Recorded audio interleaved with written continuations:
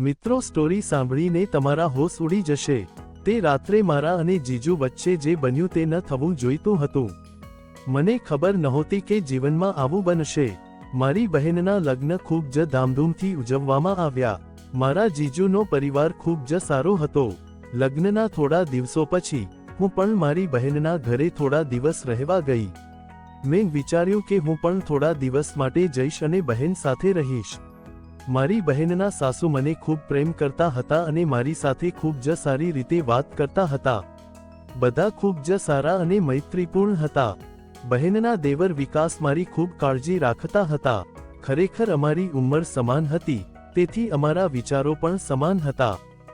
વિકાસની મોટી માતાએ કહ્યું કે અમારો મિત્ર ખૂબ જ અમીર છે, તમારે વિકાસના લગ્ન રીચા સાથે કરાવી દેવા જોઈએ, પરંતુ બધાએ તેમના લગ્નની આ વાતને હળવાશથી લીધી। બીજી બાજુ વિકાસ અને તેમનો પરિવાર મારા પ્રત્યે વધુને વધુ લગાવી રહ્યા હતા। વિકાસ હંમેશા અમારી આસપાસ ફરતા રહેતા। રીચા વિકાસની મોટી માતાના મિત્રની દીકરી હતી। તે ક્યારેક અમારા ઘરે આવતી, તેથી વિકાસ તેનાથી છુપાઈને ભાગી જતા। વિકાસ થોડી આધુનિક વિચારસરણી ધરાવતા હોવાથી વિકાસ અને તેમનો પરિવાર અમારી બહેન જેવી બીજી છોકરી ઈચ્છતા હતા, જે શિક્ષિત હોય અને ઘર પણ સંભાળી શકે। વિકાસની મોટી માતા રીચા સાથેના લગ્ન વિશે વાત કરતી કે તરત જ વિકાસ અંદરથી ઈર્ષ્યા કરતા અને કહેતા, શું મોટી માતા, જ્યારે થશે ત્યારે જોઈશું, હમણાં તમારે અમારી નવી ભાભી સાથે મજા કરવી જોઈએ। તેમની વાતચીત સાંભળીને ઘરના બધા લોકો હસતા અને પરિવારના સભ્યોને પણ લાગતું કે બડી મમ્મી અને વિકાસને કારણે થોડું હાસ્ય અને મજા પણ આવતી। દીદીના સાસરિયાઓ મારા અને દીદીથી ખૂબ ખુશ હતા। દીદીના સાસરિયાના ઘરે દિવસો કેવી રીતે પસાર થયા તે અમને ખબર જ ન પડી।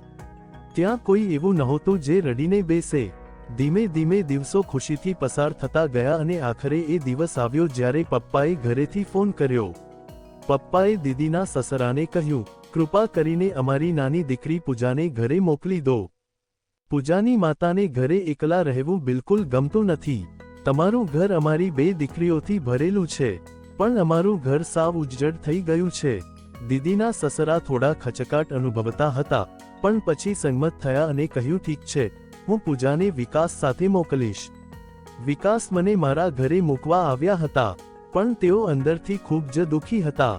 હવે ધીમે ધીમે અમે ફોન પર વાત કરવા લાગ્યા અને અમે એકબીજાના પ્રેમમાં પડવા લાગ્યા। અમારો પ્રેમ વધતો ગયો અને એક દિવસ અમારી બહેનને આ વાતની ખબર પડી। દીદીને આ વાતનું ખરાબ લાગ્યું નહીં અને તેઓ ખૂબ ખુશ થયા ને કહ્યું કે થોડા દિવસો પછી આપણે આપણા પરિવારના સભ્યો સાથે લગ્ન વિશે વાત કરીશું। આ સાંભળીને હું અને વિકાસ ખૂબ ખુશ થયા। પછી બીજા જ દિવસે દીદીની તબિયત અચાનક બગડી ગઈ। જીજુ અને તેમના પરિવારના સભ્યો ઝડપથી દીદીને હોસ્પિટલ લઈ ગયા। અમે પણ ઝડપથી હોસ્પિટલ પહોંચી ગયા। ત્યાં પહોંચતાની સાથે જ મેં જોયું કે દીદીને અંદર દાખલ કરવામાં આવી હતી અને તેના સાસરિયાના ઘરના બધા લોકો રડી રહ્યા હતા। વિકાસને જોઈને મને થોડી ખુશી થઈ, પણ તે સમયે પરિસ્થિતિ એવી હતી કે મને દીદી સિવાય કંઈ દેખાતું નહોતું। અચાનક ડોક્ટર બહાર આવ્યા અને કહ્યું કે માફ કરશો, અમે દર્દીને બચાવી શક્યા નહીં। તેના પેટમાં અલ્સર હતું જે હવે ઝેર બની ગયું હતું, તેથી જ અમે તેને બચાવી શક્યા નહીં। આ સાંભળીને બધા ચોંકી ગયા। દીદી અંદર એકલી પડી હતી। તેને જોઈને એવું લાગતું હતું કે તે ગમે ત્યારે ઉઠી જશે, પણ હવે તે ફરી ક્યારેય ઉઠી શકશે નહીં। બધા રડી રહ્યા હતા અને ખૂબ જ પરેશાન થઈ ગયા હતા। તે સમયે જીજુને જોઈને મને ખૂબ દુઃખ થયું। હું સાવ સૂન થઈ ગઈ હતી। કોઈને સાંત્વના આપવાની કે રડવાની હિંમત મારામાં નહોતી। અમને ખબર નહોતી કે દીદી સાથે અચાનક આવું કંઈક થશે। ઘરે આવ્યા પછી દીદીના અંતિમ સંસ્કાર કરવામાં આવ્યા અને તેમના માટે પ્રાર્થના પણ કરવામાં આવી। ધીમે ધીમે બધા તેમના વિના જીવવાનું શીખી રહ્યા હતા, પરંતુ જીજુની હાલત કોઈ જોઈ શકતું ન હતું। વિકાસ અને મારા વચ્ચે પ્રેમ ખીલે તે પહેલા જ દીદી કોઈને કહ્યા વિના ચાલી ગઈ। મારા પિતાએ દીદીના સસરાને કહ્યું કે હવે હું મારા જમાઈની હાલત જોઈ શકતો નથી। મને લાગે છે કે મારે મારી નાની દીકરી પૂજાના લગ્ન મારા જમાઈ રાજ સાથે કરાવી દેવા જોઈએ।